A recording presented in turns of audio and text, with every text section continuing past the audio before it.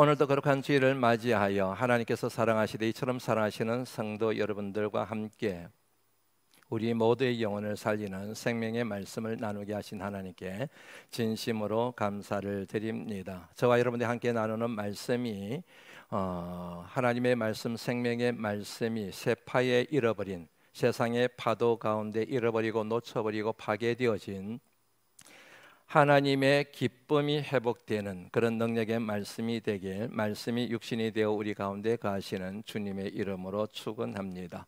지난 시간에 말씀을 나눈 것처럼 사도 바울과 바나바가 비시디아 안디옥을 떠났습니다. 이것은 그곳에서 그들의 복음의 사역이 중단되었음을 의미합니다. 크게 두 가지 이유가 있습니다. 첫째는 표면적인 이유입니다. 다시 한번 여러분 복습하는 마음으로 다시 보시겠습니까? 45절 말씀입니다. 유대인들이 그들에 대하여 시기했습니다. 그들이 전하는 메시지를 반박했습니다. 그리고 그들의 사역을 끊임없이 비방했습니다. 그래도 요동치 않자 더 심한 방법을 동원해서 핍박하게 됩니다. 50절 말씀 보시겠습니까? 그 지방에 있는 유력한 사람들, 힘 있는 권력자들을 선동하여 그 사람들과 힘을 모아서 두 사람을 박해합니다. 결국에는 비시디아 안디옥 지방에서 사도 바울과 바나바를 쫓아내 버렸습니다. 이 말씀을 계속 묵상하는데 갑자기 지금까지 목회 여정을 걸어오면서 만난 수많은 교인들이 머리를 스치고 지나갔습니다. 시간이 지나고 목회의 연수가 늘어나다 보니 그런 일이 종종 있는 것 같습니다. 이런 분들이 계세요. 생각할수록 그분이 고맙다. 그분 때문에 내가 위로를 얻었지. 그분 때문에 내가 힘을 얻었지. 그 성도님 때문에 내가 버틸 수가 있었지. 그분 때문에 내가 목회의 보람을 얻었지. 그 장로님 때문에, 그 권사님 때문에, 안수 집사님 때문에, 집사님 때문에, 그 성도님 때문에 그때 목회가 열매를 맺었어. 그분의 헌신과 그분의 기도 때문에 교회가 성장했어. 그분의 헌신이 없었더라고 한다면, 그분의 협조가 없었더라고 한다면 힘들었을 목회인데 그분들이 협조가 있었기 때문에 교회가 아름다운 모습으로 성장할 수 있었지. 그런 분들의 사랑하는 섬김과 헌신은 시간이 지나고 세월이 지나도 잊혀지지가 않습니다. 그래서 항상 하나님께서 기억나게 하시고 그분들에 대한 감사한 마음을 모두어서 새벽마다 기도하게 하십니다. 그분들이 돌아가신 분들도 있지 않겠습니까? 그러면 그분들의 자녀들과 후손들을 위해서도 하나님 축복해 주셔야 됩니다. 아마 그분들과 그분들의 후손들은 이렇게 바란 지역에 와서 목회를 하고 있는 고병호 목사라는 사람들이 그들이 예전에 베푼 선행을 기억하며 아름다운 헌신을 기억하며 그들과 그들의 후손들과 자손들을 위하여 가문을 위하여 기도하리라고 꿈에도 아마 생각하지 못할걸요. 그럼에도 불구하고 하나님은 항상 기억하게 하셔서 감사한 마음을 가지고 그분들을 위하여 자녀들과 후손들을 위하여 기도하게 하시는 분들이 제 마음 한켠에 자리를 차지하고 있다는 얘기입니다. 그런가 하면 그 장로님 그때 좀 도와주시지, 그 안수 집사님, 그 권사님 그때 좀 협력해 주시지, 뒷전으로 좀 물러나 앉지 말고 모른 척하지 말고 좀 앞장서서 자리 좀 지켜주시지, 좀 기다려 주시지. 그랬으면 좀 더 아름다운 열매를 맺었을 텐데 왜 도와주지 않으셨을까? 왜 그분은 뒤에서 부정적인 여론을 조성하여 목회를 어렵게 하실까? 왜 그분은 다른 사람들을 선동하여 교회를 어지럽히고 교회를 분란스럽게 만들었을까? 만약에 그분들의 방해와 그분들의 해방이 없었다고 한다면 그 교회가 훨씬 더 성장하고 부흥했을 터인데 그런 분들도 마음 한켠에 새겨져 있습니다. 있으려고 해도 잊혀지지가 않아요. 용서는 되어졌지만 여전히 생각나서 그분들이 갑자기 떠오르면 속이 상하고 심지어는 화가 나는 그런 분들도 계십니다. 어디 저만 그럴까요? 여러분 주변에 계시는 목회자들이 계시지 않습니까? 그분들한테 한번 물어보십시오. 우리 바나바스교회 고병호 목사님 이런 말씀하시는데 목사님도 과연 그렇습니까? 아마 그러면 여러분 열에 9번 다 나도 그런데 그렇게 대답을 하실걸요. 뭐 이 자리에 계신 여러분들이라고 해서 예외이겠습니까? 여러분들 마음속에 지나온 삶의 흔적 가운데서 만났던 좋은 흔적으로 남아있는 분들, 좋은 기억으로 남아있는 분들이 계시지 않겠습니까? 그런데 나쁜 기억으로 남아있는 분, 그야말로 이름도 떠올리기 싫으신 분들이 계시지 않겠습니까? 오늘 본문 말씀에 나오는 유대인들이 아마 사도 바울과 바나바의 마음에 가장 좋지 못한 흔적으로 남아있는 대표적인 사람들이 아닐까 하는 생각을 해보았습니다. 왜냐하면 이 비시디아 안디옥에서의 사역이 사도 바울에게는 첫 사역이었기 때문에 그렇습니다. 첫 선교 사역이었기 때문에 그렇습니다. 만일 그들의 방해와 그들의 해방과 그들의 비방이 없었다고 한다면, 그들의 박해가 없었다고 한다면 비시디아 안디옥에서의 복음의 사역은 훨씬 더 많은 열매를 맺지 않았겠습니까? 그런데 끊임없이 비방하고 끊임없이 박해하고 사람들을 선동하여 결국 쫓아내 바람에 선교 사역이 중단된 것, 아마 제가 생각할 때는 사도 바울이 두고 마음 아파할 부분이 아닐까 그렇게 여겨집니다. 사도 바울과 바나바 이 두 사람이 비시디아 안디옥을 떠난 이면적인 이유가 있습니다. 그것은 바로 하나님의 뜻입니다. 성령 하나님의 인도하심에 대한 순종입니다. 그것을 밝히고 있는 말씀이 바로 오늘 본문 51절 말씀입니다. 같이 한번 읽어보실까요? 읽습니다. 시작. 그들을 향하여 발에 티끌을 떨어버리고 이고니온으로 가거늘. 전에도 한번 말씀드렸죠. 이 말씀은 주님께서 제자들을 파송하시면서 주신 여러 가지 가르침들 가운데 하나입니다.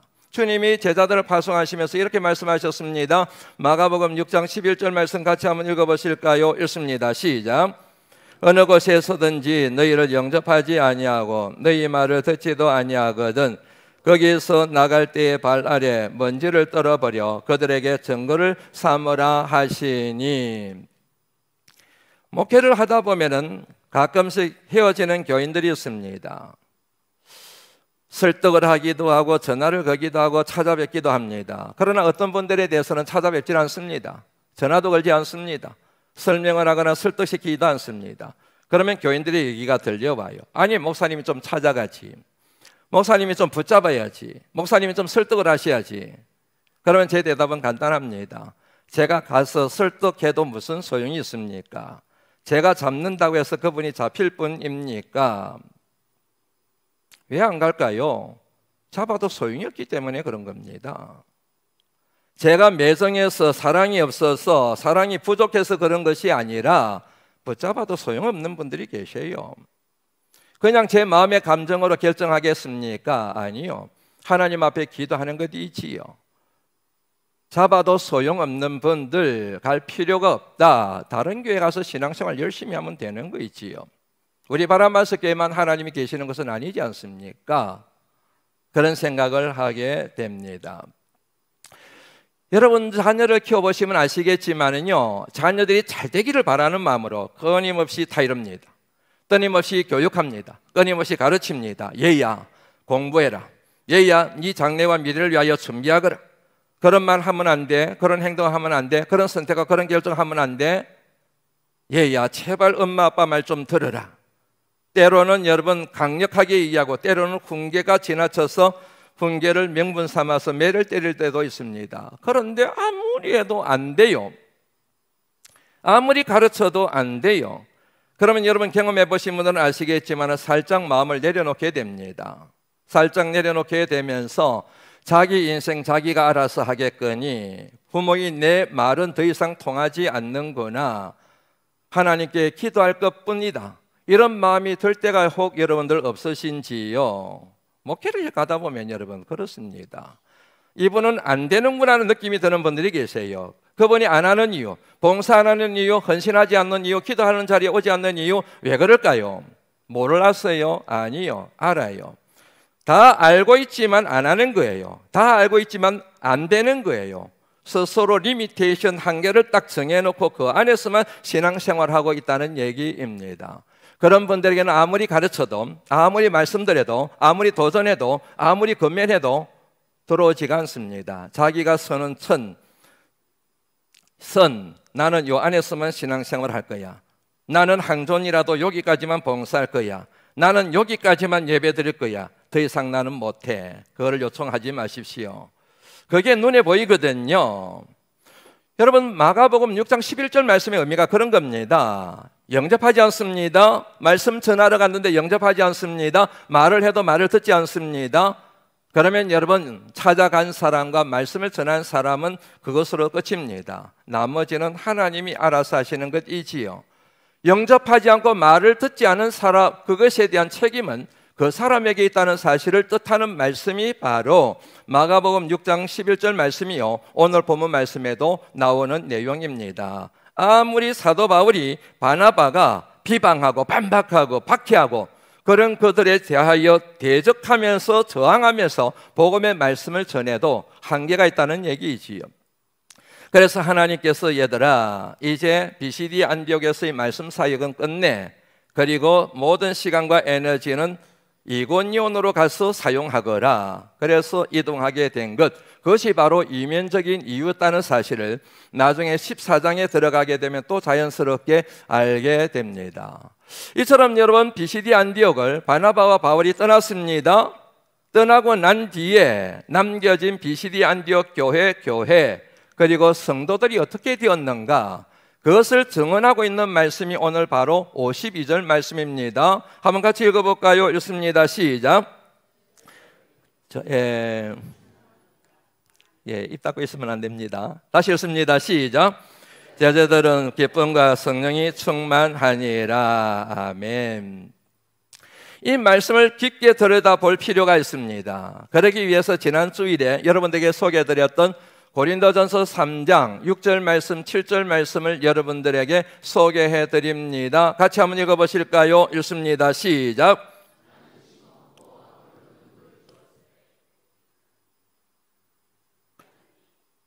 그런즉 심은 이나 물 주는 이는 아무것도 아니로되 오직 자라게 하시는 이는 하나님뿐이니라. 믿으시면 아멘 하시지요? 맞습니다. 하나님의 사람들은, 복음의 증인들은 하나님의 뜻에 따라서 하나님 말씀을 가르치고 전할 뿐입니다. 물을 줄 뿐입니다. 자라게 하시고 열매를 거두시는 분은 하나님이십니다. 거리전도 나갑니다. 물티슈 나눠줍니다. 예수 믿으세요. 교회 다니세요. 교회 다녀본 적이 있으십니까? 어제 토요일 날도 주일 준비 때문에 바쁘지만 처음 시작하는 전도이기 때문에 나갔습니다. 잠깐 전도를 했어요. 오늘 사진에 보셔서 누가 찍었는지는 잘 모르겠지만 그 사진이 찍혀 있습니다. 중학생 3명 지나더라고요. 중학생인 줄 알았어요. 너희들 중학생이니? 그랬더니 아니래요. 초등학교 6학년이라고 그러더라고요. 야, 너희들 키 크다. 근데 너희들 교회 다녀본 적 있니? 너희들 예수님 아니? 아니요, 한 번도 없대요. 얘들아, 우리 교회 어떤 장로님이 하신 말씀 그대로 전했습니다. 얘들아, 예수님 믿어라. 예수 믿으면 너희들의 인생의 운명이 달라진단다. 저는 전할 뿐입니다. 저는 선포할 뿐입니다. 자라게 하시고 열매를 거두시는 분은 하나님이십니다. 거리전도에 대하여, 물티슈에 대하여 절대로 뒤에서 수근거리시면 안 됩니다. 그 방법이 무슨 소용이 있냐? 지난 시간에도 말씀드린 것처럼 예산 낭비하는 거 아니냐? 절대로 그런 말씀 하시면 안 됩니다. 우리는 뿌릴 뿐이고 물을 줄 뿐이고 기도할 뿐이고 열매를 거두시는 분은 하나님이십니다. 맞습니다. 사도 바울과 그리고 바나바는 하나님의 뜻에 따라서 비시디 안디옥을 떠났습니다. 그러나 하나님은 비시디아 안디옥을 떠나신 것이 아닙니다. 그들은 떠났지만 그러나 그들이 뿌린 말씀의 씨앗은 뿌리를 깊게 내려서 자라서 꽃을 피우고 열매를 맺게 되었습니다. 왜냐하면 하나님은 영원하신 하나님이시며 하나님의 말씀은 영원한 생명의 말씀이기 때문입니다. 그들은 떠났지만 비시디아 안디옥에 뿌려진 복음의 씨앗이 얼마나 아름다운 열매를 맺었는지를 보여주는 증거가 바로 52절 말씀이라는 얘기입니다. 52절 말씀 한번 보시겠습니까? 제자들이라는 표현이 나옵니다. 여기서 말하는 제자들은 사도 바울과 바나바를 지칭하는 표현이 아니라 비시디아 안디옥 성도들에 대하여 표현하고 있는 말입니다. 다시 말씀드리면 비시디아 안디옥에 살고 있는 모든 성도들이 제자들이 되었다는 얘기입니다. 오래전에도 한번 말씀드렸던 것처럼 복음서, 마태복음, 마가복음, 누가복음, 요한복음에 나오는 예수님을 따라다닌 사람들이 수없이 많이 있습니다. 그 사람들에 대하여 복음서는 의도적으로, 특별히 마가복음은 의도적으로 예수님을 따라다니던 사람들을 둘로 구별하여 그들에게 각각의 이름을 붙여서 표현하고 있습니다. 하나는 무리들입니다. 또 다른 하나는 제자들입니다. 무리들이란 쉽게 말씀드리면 예수님을 따르기는 한데 자기 필요를 위하여, 자기 유익을 위하여, 좀 더 정확하게 말씀드리면 주님의 능력을 빌어서 자기 허기진 배를 채우고 주님의 능력을 빌어서 질병의 문제를 해결하기 위하여, 인생의 문제를 해결하기 위하여 예수님을 따랐던 사람들에 대하여 붙인 이름이 무리들입니다. 그에 비하여 제자들은 나를 따라오너라 하신 주님의 명령에 순종하여 주님의 필요와 주님의 유익을 위하여 주님을 따라 나선 사람들에 대하여 의도적으로 제자들이라고 하는 호칭을 사용하고 있습니다. 한번 사례를 살펴보고 넘어갈까요? 마태복음 4장 19절 20절 말씀 한번 읽어보실까요? 읽습니다. 시작. 나를 따라오라. 내가 너희를 사람을 낚는 어부가 되게 하리라 하시니 그들이 곧 그물을 버려두고 예수를 따르니라. 제자들입니다. 방금 말씀드렸던 것이 연상이 되시죠? 그 다음에 이어서 나오는 말씀입니다. 한 절 건너뛰어서 나오는 말씀입니다. 23절부터 25절까지의 말씀입니다. 제가 23절 읽고 여러분들이 24절 읽으시고 25절은 함께 읽습니다. 예수께서 온 갈릴리에 두루 다니사 그들의 회당에서 가르치시며 천국 복음을 전파하시며 백성 중에 모든 병과 모든 약한 것을 고치시니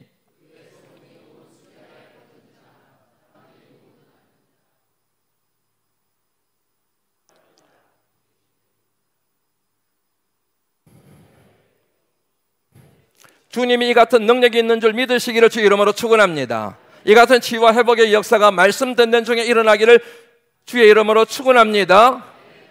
25절 말씀 있습니다. 시작. 갈릴리와 데가볼리와 예루살렘과 유다와 요단강 건너편에서 수많은 무리가 따르니라. 수많은 무리들이 옵니다. 이 무리들이 예수님을 따랐습니다. 왜요? 병 고침 받기 위해서. 왜요? 귀신을 쫓아내기 위해서. 왜요? 허기진 배를 채우기 위해서. 명확하게 성격이 드러나지요. 그 다음에 마태복음 5장부터 8장까지 7장까지의 말씀을 산상보훈이라고 하는 거 알고 계시죠? 예수님께서 산 위에서 말씀하신 보배 같은 교훈이라는 뜻을 가지고 있는 마태복음 5장부터 7장까지입니다. 그런데 재미있는 것은요, 보배 같은 이 같은 주님의 교훈을 주님은 무리들에게 가르치신 것이 아니라 제자들에게 가르치셨습니다. 마태복음 5장 1절 말씀입니다. 예수께서 무리를 보시고, 예수님께서 보신 게 누구입니까? 무리들이에요. 무리를 보시고 산에 올라가셨습니다. 그런데 누가 나왔습니까? 제자들이. 무리들이 예수님 앞에 나온 것이 아니라 제자들이 예수님 앞에 나왔습니다. 입을 열어 가르쳐 가라사대 심령이 가난한 자는 복이 있나니 천국이 그들의 것이며, 그러면서 산상보훈의 말씀을 가르치기 시작합니다. 이 말씀에 의하면 예수님은 산상보훈의 말씀을 무리들에게 가르치신 것이 아니라 제자들에게 가르치셨어요. 왜요? 더 많은 사람들에게 가르치면 좋지 않습니까? 왜 굳이 12명의 제자들에게만 이 귀한 말씀을 가르칩니까? 수많은 무리들에게 가르치면 훨씬 더 낫지 않습니까?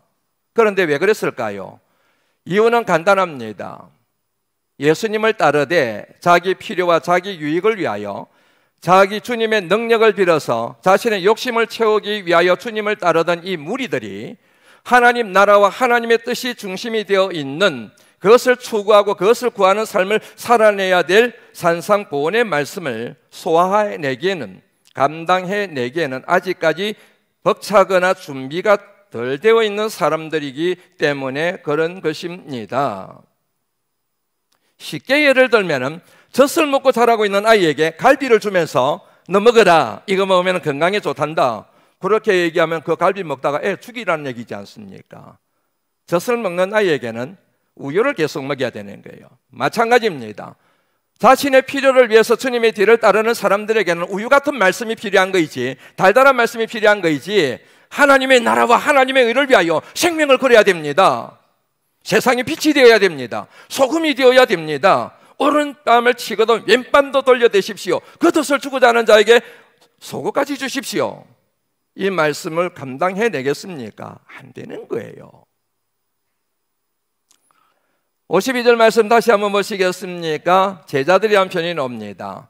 다시 말씀드리면 BCD 안디옥의 성도들에 대하여 제자들이다, 무리가 아니라 제자들이다.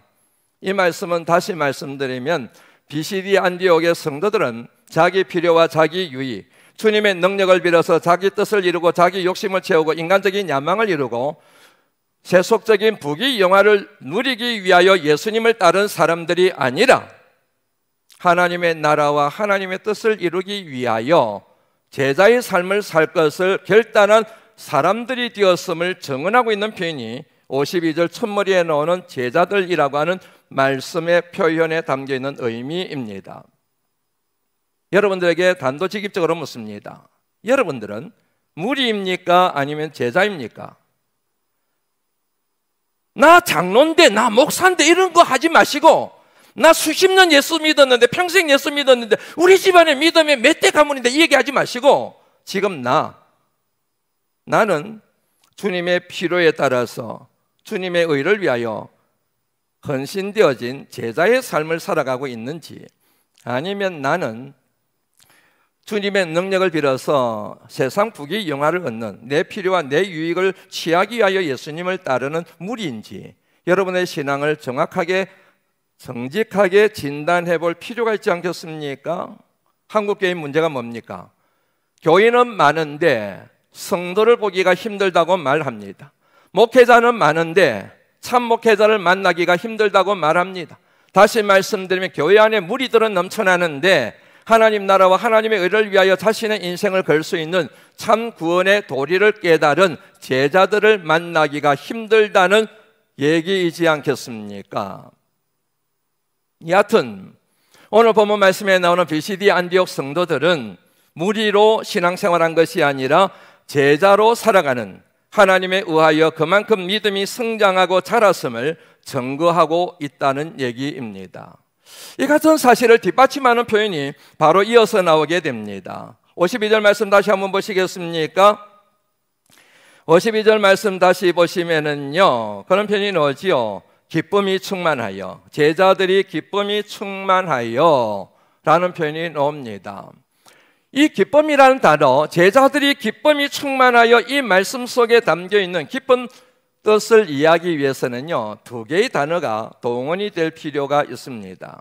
하나는 박해입니다. 방금 전에 말씀드렸던 것처럼 유대인들이 BCD 안디옥에서 말씀 사역을 하고 있던 사도 바울과 바울을 쫓아보냈습니다. 이제는 자기 세상이 되었습니다. 그 다음 수순은 어떻게 될까요? 맞습니다. BCD 안디옥 교회와 성도들을 박해하는 것입니다. 그들의 영적 지주 역할을 하던 사도 바울과 바나바가 쫓겨났습니다. 이제는 자기들 세상이 되었습니다.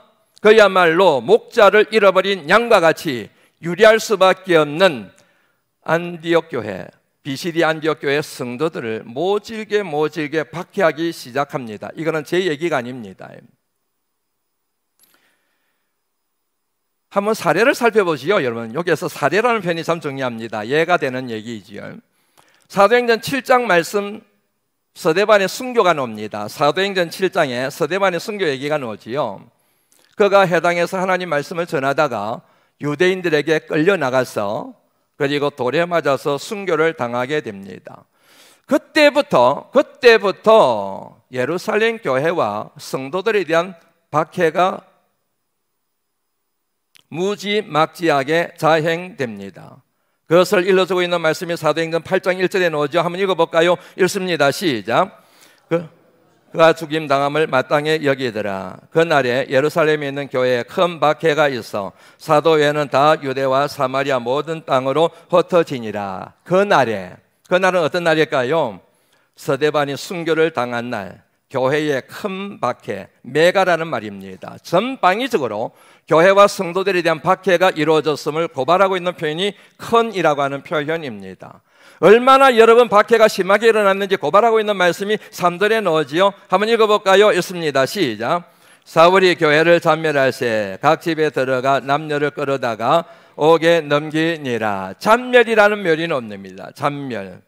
오래전에 여러분 이 말씀을 제가 강의할 때 설명드렸죠. 우리말에는 그냥 잔멸, 그냥 막 힘들겠나 보다, 죽겠나 보다 이렇게 되는데요, 이 말의 의미가 이런 데서 온 것이라고 말씀을 드렸지요. 참멸이라는 말, 성남 멧돼지가 포도원으로 뛰쳐들어가서 포도원을 마구 파헤치며 짓밟아버리고 쑥대밭으로 만들어버린 그 상황에서 나온 단어가 바로 참멸이라는 표현입니다. 다시 말씀드립니다. 성남 멧돼지가 포도밭으로 들어가서 추수를 앞두고 있는 그 포도밭으로 뛰쳐들어가서 마구 파헤치며 짓밟아버리고 그리고 쑥대밭으로 만들어버린 그 상황을 설명하는 단어가 우리말로 뭐로 번역됐다고요? 참멸이라는 말로 번역이 되었습니다. 3절 말씀 또 다시 한번 보시겠습니까? 거기에 보면요, 각 집에 들어간 남녀를 끌어다가 되어 있습니다. 점잖게 들어가서 당신을 포박하러 왔습니다. 변호사를 선임할 수 있습니다. 이렇게 한 게 아니에요. 우리말로는 점잖게 표현되어 있는데요, 원어의 의미는 이런 겁니다. 문을 박차고 들어가서 머리채를 끄집어지고 짐승을 끌듯이 끌고 놓는 모양이 우리말에 끌어다가라고 되는 겁니다. 그야말로 신발을 신은 채 문을 부수면서 예수쟁이 집을 쳐들어가서 머리가랭이든 아니면은 옷이든 그것을 입고 짐승을 끌고듯이 질질 끌고 와서 감옥에 쳐넣어버린 것, 그거를 얘기하는 거예요, 여러분. 말씀을 우리 한국말로 점잖게 번역된 데 그대로 읽어버리시면요, 말씀에 담겨있는 깊은 뜻을 우리가 헤아리기가 힘이 듭니다. 참멸, 질질 끌고 와서 감옥에 쳐넣어버린 것. 뭘 의미하시는지 아시겠지요? 서대반의 순교 이후에 예루살렘 교회와 성도들에 대한 유대인들의 박해가 얼마나 잔인했는지, 얼마나 포악했는지, 얼마나 폭력적이었는지, 얼마나 무자비했는지를 고발하고 있는 표현이 3절 말씀에 나오는 참멸이라는 표현과 끌고 갔다는 이 표현이라는 얘기지요. 자, 다시 오늘 본문 말씀으로 돌아와 볼까요? 비시디 안디옥 교회입니다. 사도 바울과 바나바를 수단과 방법을 가리지 않고 박해해서 결국 이고 고민하고 감옥에 가두는 것입니다. 그런 상황에서 비시디 안디옥 교회인들이 어떻게 했다고요? 기뻐하여 기쁨이 충만했다는 거예요. 도저히 기뻐할 수 없는, 도저히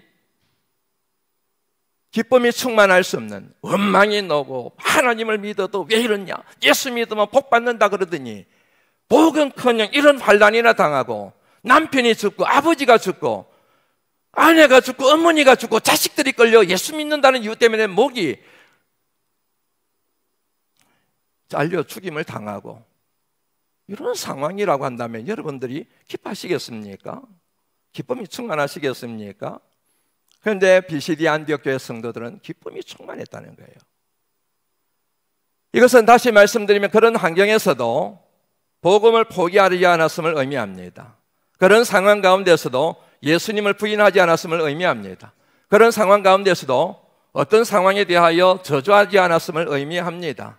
다시 말씀드리면 고린도전서 15장 58절 말씀에 나오는 것처럼 견실하고 굳건하고 더욱더 주의 일에 힘쓰는 사람들이 되었음을 증언하고 있는 표현이 제자들이 기쁨이 충만하여 라고 하는 이 말씀에 담겨있는 깊은 뜻이라는 얘기입니다. 의문이 생겨요. 아니, 비시디 안디옥 교회 성도들은 도대체 어떻게 했길래 이처럼 이 같은 고난의 자리에서 절망하지 않고 예수님을 부인하지 않고 기쁨이 충만할 수가 있었을까? 이 같은 질문에 대한 해답인 동시에 오늘 본문 52절 말씀에 담겨있는 깊은 뜻을 이해하는 데 필요한 두 번째 단어가 등장하게 됩니다. 그게 바로 해석입니다. 뭐라고요? 해석입니다. 더 정확하게 말씀드리면 믿음의 고난에 대한 해석입니다. 고난에 대한 믿음의 해석입니다.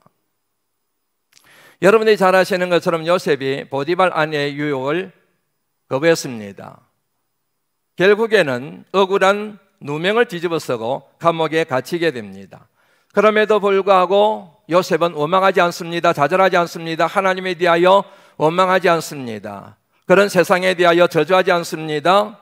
그리고 자신을 억울하게 누명을 뒤집어 씌워서 감옥에 쳐넣은 보디발 아내에 대하여 분노하지 않습니다. 감옥에 갇혀있던 어느 날 같은 감옥에 갇혀있던 바로의 술 맡은 관원장과 떡 맡은 관원장의 얼굴에 근심빛이 가득합니다. 그래서 요셉이 묻습니다. 당신들의 얼굴에 근심빛이 가득한데 왜 그렇게 수심이 가득 찹니까? 그렇게 물었더니 그 사람들이 뭐라고 답했는지 알고 계시지요? 우리가 꿈을 꾸었는데 해석할 사람이 없습니다. 꿈을 꾸었는데 해석할 사람이 없어서 우리가 지금 이 꿈이 도대체 무슨 의미 있는지 불안하고 걱정이 돼서 근심이 가득합니다. 그랬더니 요셉이 여러분 주저하지 않고 이렇게 말하지 않습니까? 창세기 40장 8절 말씀 보시겠습니다. 한번 저를 따라서 해보시겠습니까? 해석은 더 크게 해보시죠. 해석은 하나님께 있지 아니하니까. 저는 여러분 처음 이 말씀을 보았을 때, 읽었을 때 천율이 이렇습니다. 해석은 하나님께 있지 아니하니까. 그 이후로 제가 지금까지 인생 여정을 걸어가면서, 목회 여정을 걸어가면서 이런 어려움을 만나든 저런 고난의 문제를 만나든 이 말씀을 가지고 이겨내고 이 말씀을 가지고 이겨내고 여기까지 이르게 되었습니다. 제가 가장 좋아하는 말씀 가운데 하나입니다. 해석은 하나님께 있습니다. 해석은 환경에 있는 것이 아닙니다. 해석은 사람에게 있는 것이 아닙니다. 이상한 꿈을 가지고 점쟁이 찾아다니면 안 됩니다. 이상한 꿈을 가지고 운세 보시면 안 됩니다. 예수 믿는 사람들 가운데는, 심지어는 목회자들 가운데도 목회자가 아니지요. 이름만 목회자이지 진짜로 하나님을 인격적으로 만나지 못한 사람이지요. 개척을 앞두고 점쟁이를 찾아가서 어디에다 개척하면 좋습니까? 라고 해석을 요구한다는 그런 목회자들에 대한 얘기를 종종 듣게 됩니다. 교회 안에도 마찬가지예요. 권사님인데, 안수 집사님인데 사업을 해야 되는데 점장이한테 찾아가지고 운세를 물어보고 길리를 맞추고 그렇게 여러분 하는 분들이 교회 안에 있어요. 그러면서 교회 안의 타이틀은 목회자이고 장로님이고 권사님이고 안수 집사이고 안 그럴 것 같지요? 사랑하는 성도 여러분, 저와 여러분들 삶 가운데 일어나는 모든 해석은 사람에게 있는 것이 아닙니다. 환경에 있는 것이 아닙니다. 점쟁이에게 있는 것이 아닙니다. 무당에게 있는 것이 아닙니다. 인터넷에 남들 돌고 있는 운세에 있는 것이 아닙니다. 타로에 있는 것이 아닙니다. 천지오전 만물을 창조하신 전지전능하신 하나님, 살아 역사하시는 하나님, 무한광대하신 하나님, 이럴 때는 아멘 하셔야 됩니다. 저와 여러분들을 사랑하시되 이처럼 사랑하신 하나님, 믿음의 사람들을 위하여 가장 좋은 것으로 예배해 두고 계시는 여호와 일의 하나님께 저와 여러분의 삶에 대한 모든 해석이 있는 줄로 믿습니다. 맞습니다. 요셉이 그런 환경에서도 좌절하지 않고 절망하지 않을 수 있었던 이유는 바로 그의 모든 환경에 대한 해석을 하나님께 두었기 때문입니다. 그러므로 여러분, 믿음의 사람은 어떤 환경을 만나든지 항상 믿음으로 해석하게 됩니다. 믿음으로 해석할 때 나타나는 결과가 있습니다. 항상 기쁨이 넘치게 됩니다. 정리합니다, 여러분. 믿음으로 해석하면 항상 기뻐하게 될 줄로 믿습니다. 항상 기쁨이 충만한 삶은 믿음으로 해석하는 데 뿌리를 두고 있습니다. 항상 기뻐하라. 참 좋아하는 말씀들이지요. 영어에 이렇게 되어 있습니다. Be joyful이라고 되어 있습니다. 우리말에는 그냥 기뻐하라고 되어 있는데요, 원래 의미는 기쁨이 충만하라는 거예요. 이 표현도 좋지만 저는 그 뒤에 나오는 항상이라는 표현이 참 좋습니다. 항상, 영어로 always입니다. 그런데 이 단어를 풀어버리면, 분해를 해버리면 이렇게 된다고 한번 소개해드린 적이 있지요. 모두를 뜻하는 관사 all이라는 단어와 그리고 길을 뜻하는 way가 합쳐져서 되고, all, 복수형 관사의 영향을 받아서 명사 way 뒤에, 길이라는 표현 뒤에 s가 붙어진 겁니다. 그래서 원래는 always인데 하나로 줄여서 always라고 된 것입니다. 그러므로 우리가 이해하고 있는 항상이라는 말이 추상적으로 들리는데 이 영어 단어를 통해서 한번 우리가 짚고 가면은요, 이런 의미가 가능해지는 거지요. 항상 기뻐하라. 모든 인생의 길에서 기뻐하라. 인생은 길입니다. 이런 길이 있습니다. 저런 길이 있습니다. 좋은 길이 있습니다. 나쁜 길이 있습니다. 좁은 길이 있습니다. 넓은 길이 있습니다. 행통한 길이 있습니다. 행통하지 않는 길이 있습니다. 슬픈 길이 있습니다. 기쁜 길이 있습니다. 눈물 나는 길이 있습니다. 웃음이 나오는 길이 있습니다. 생명의 길이 있습니다. 죽음의 길이 있습니다. 어떤 길을 만나든지 간에 기쁨이 충만하거라. 왜요? 그 모든 인생의 길에 살아계신 하나님이 저와 여러분들과 함께 하시기 때문입니다. 그 하나님이 저와 여러분들과 동행하시기 때문입니다. 그 하나님이 저와 여러분들에게 필요한 모든 힘들을 공급하시기 때문입니다. 하나님이 아브라함에게 이렇게 명령하셨습니다. 너는 너의 본토 친척 아비 집을 떠나 내가 내게 지시할 땅으로 가라. 하나님의 명령에 순종하여 아브라함이 길을 떠났습니다. 길을 떠났습니다. 그런데 시간이 지나고 세월이 지나도 하나님이 약속하신 약속이 성취될 기미가 보이지가 않습니다. 깊은 좌절과 절망 속에 있습니다. 장막 속에 웅크리고 앉아 있습니다. 그때 하나님께서 그에게 나타나셔서 이렇게 첫 마디를 떼십니다. 창세기 15장 1절입니다. 아브라함아 두려워하지 말라. 아브라함아 두려워하지 말라. 나는 내 방편이라. 나는 지극히 큰 너의 상급이니라. 오늘 저와 여러분들에게 동일하게 주신 하나님의 약속의 말씀인 줄로 믿습니다. 저는 여러분 이 말씀에서 악권을 이루는 말씀이 이 말씀이라고 항상 생각을 합니다. 나는 내 방패니라. 아브라함아 내가 내게 방패를 주마. 이 방패를 가지고 네가 길을 떠나면 어떤 창도 뚫지 못할 거야. 어떤 하수알도 깨뚫지 못할 거야. 네가 이 방패를 가지고 길을 걸어가다 보면 누구도 너를 해치지 못할 거야. 이제부터는 이 방패를 갖고 살아가거라. 이러셔도 은혜인데 하나님이 옛다 방패다 이렇게 말씀하신 것이 아니고 내가 네 방패가 되어줄게. 아브라함아 내가 네 방패가 되어줄게. 그렇게 약속하고 계시는 말씀이기 때문에 저는 너무너무 은혜가 돼요. 이 말씀에 여러분 영감을 받은 믿음의 선진들이 많이 있습니다. 가장 대표적인 사람이 바로 다윗입니다. 아브라함에게 하나님이 주신 말씀, 나는 내 하나님이다. 방패를 주시는 하나님이 아니고 방패가 되어주시는 하나님. 여기에서 믿음의 통찰력을 가지고 고백했던 가장 대표적인 사람이 바로 다윗입니다. 나의 힘이신 여호와여, 내가 주를 사랑하나이다.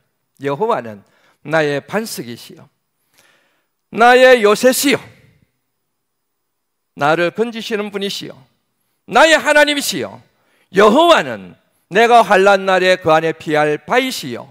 그 다음에 나오는 내용이 뭐예요? 여호와는 나의 방패시여. 방패. 이게 여러분 다윗이 머리에서 나온 영감이 아니라 하나님께서 오래전에 믿음의 조상 아브라함에게 주셨던 그 약속의 말씀. 나는 네 방패야. 그래 마치 하나님이 내 방패지. 하나님은 내게 방패를 주시는 분이 아니라 내 방패가 되어주시는 분이시지. 여호와는 나의 방패시요 나의 구원의 뿌리시요 나의 산성이시라. 이 같은 믿음의 고백이 발전하여 이런 고백이 나오게 된 거이지 않습니까? 또 여호와를 기뻐하라. 하나님이 주신 환경을 기뻐하는 것이 아니라, 하나님이 주신 방패를 기뻐하는 것이 아니라, 하나님이 허락하신 산성을 기뻐하시는 것이 아니라 그 산성과 방패가 되어주시는 하나님에 대하여 기뻐하라. 하나님을 기뻐하라. 이사야 61장 10절 말씀 같이 한번 읽어봅니다. 읽습니다. 시작. 내 영혼이 나의 하나님으로 말미암아 즐거워하리니 이는 그가 구원의 옷을 내게 입히시며 공의의 겉옷을 내게 더하심이 신랑이 사모를 쓰며 신부가 자기 보석으로 단정한 같게 하셨음이라. 아멘. 내가 여호와로 말미암아 크게 기뻐하며 내 영혼이 나의 하나님으로 말미암아 즐거워하리니. 요 말씀이 그대로 믿음으로 고백되어 발전되어 고백한 사람이 바로 하박국 선지자입니다. 비록 무화과 나무가 무성치 않으며 포도나무에 열매가 없으며 감람나무에 소출이 없으며 밭에 먹을 것이 없으며 우리의 양이 없으며 외양간에 소가 없을지라도 나는 여호와로 말미암아 즐거워하며 나의 구원의 하나님으로 말미암아 기뻐하리로다. 없어도 괜찮아요. 물질이 없어도 괜찮아요. 건강이 없어도 괜찮아요. 학고방에 살아도 괜찮아요. 하나님이 계시거든요.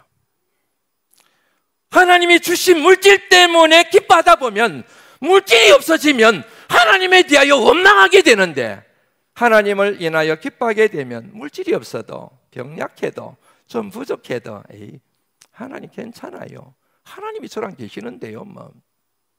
높은 산이 거친들이 초막이나 궁궐이나 내주 모신 곳이 그 어디나 하나님 나라 되듯이 하나님이 계시면 됐어요. 하나님 감사합니다. 하나님 기쁩니다. 행복합니다. 오늘 본문 말씀에 나오는 비시디아 안디옥 교회 성도들에게 이 같은 믿음이 있었고, 이 같은 믿음으로 그들이 당하고 있는 박해와 고난을 해석했기 때문에 그 같은 고난의 자리에서도 그들은 좌절하지 않고 절망하지 않고 그냥 기뻐한 것이 아니라 기쁨이 충만한 그런 삶을 살아낼 수가 있었다는 것입니다.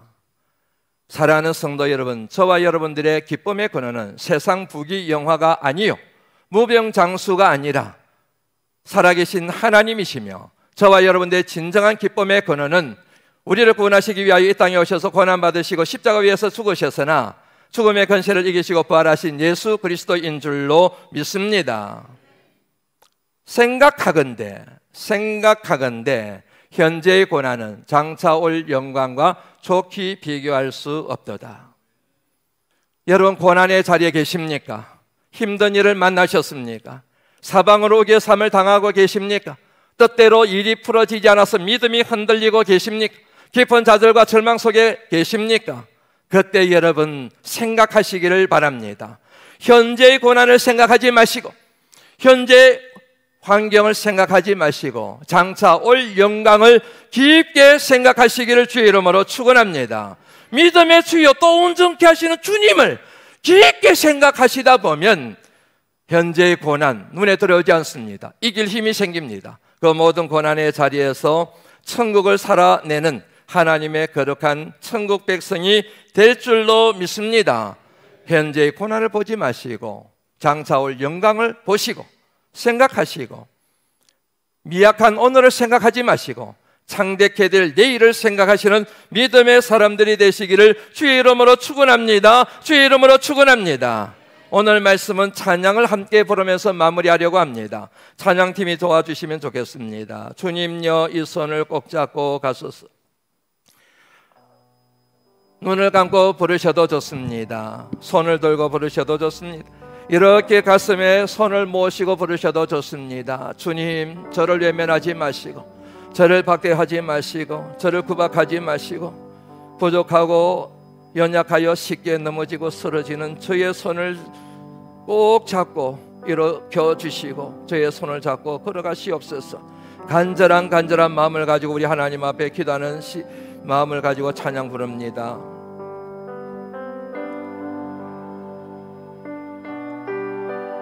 천천히 부릅니다.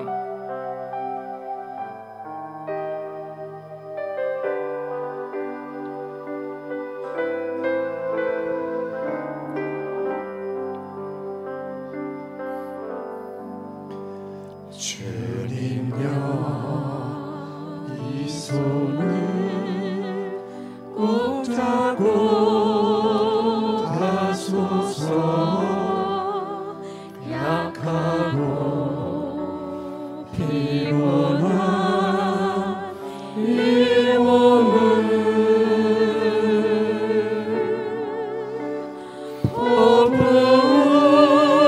폭풍을 감싸 액지사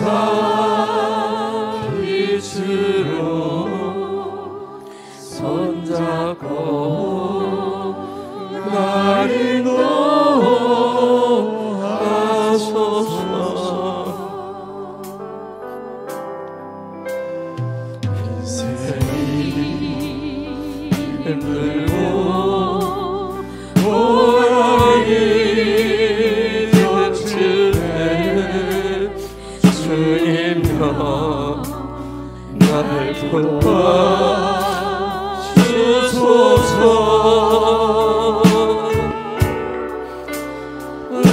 진소리 그게 우리 시사 손잡고 나인도 한 번 더 부릅니다. 간절하게 부릅니다. 주님요, 주님여 이 손을 보자도 가소서 약하고 피곤한 이 몸을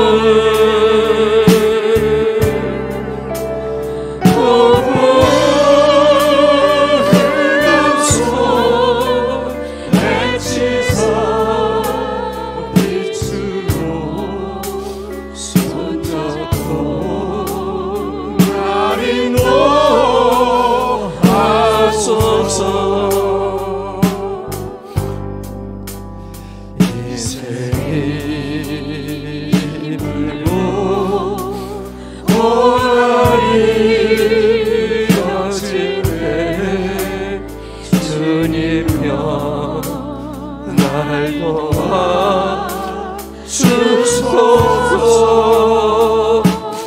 은혜 이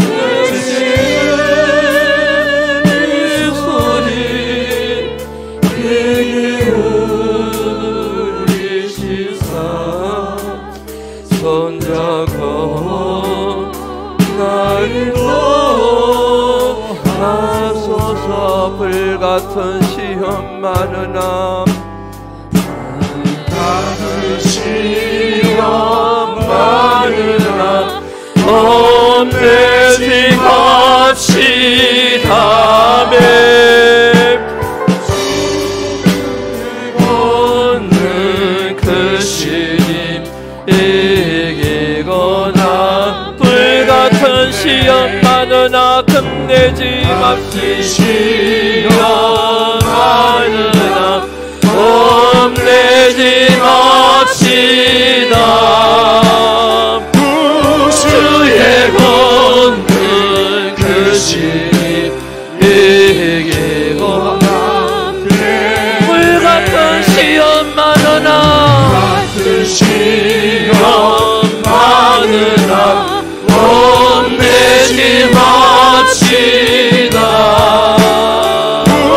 주의 권능 그 신이 이기고 남겠네. 하나님, 불같은 시험 많지만 이겨내겠습니다. 하나님이 우리에게 주신 큰 권능으로 승리하겠습니다. 지치지 않도록, 힘들지 않도록 새 힘을 날마다 공급하여 주시옵소서. 이제는 우리 주 예수 그리스도의 은혜와 하나님 아버지의 크시고 영원하신 사랑하신 보혜사 성령님의 감화 감동 교통 충만케 하심이 하나님의 백성들의 신앙 여정 가운데, 가정 가운데 하시는 일 가운데 우리 바람반석교회와 나라와 민족과 열방 가운데 지금부터 영원까지 함께 하시기를 간절히 축원하옵나이다. 아멘.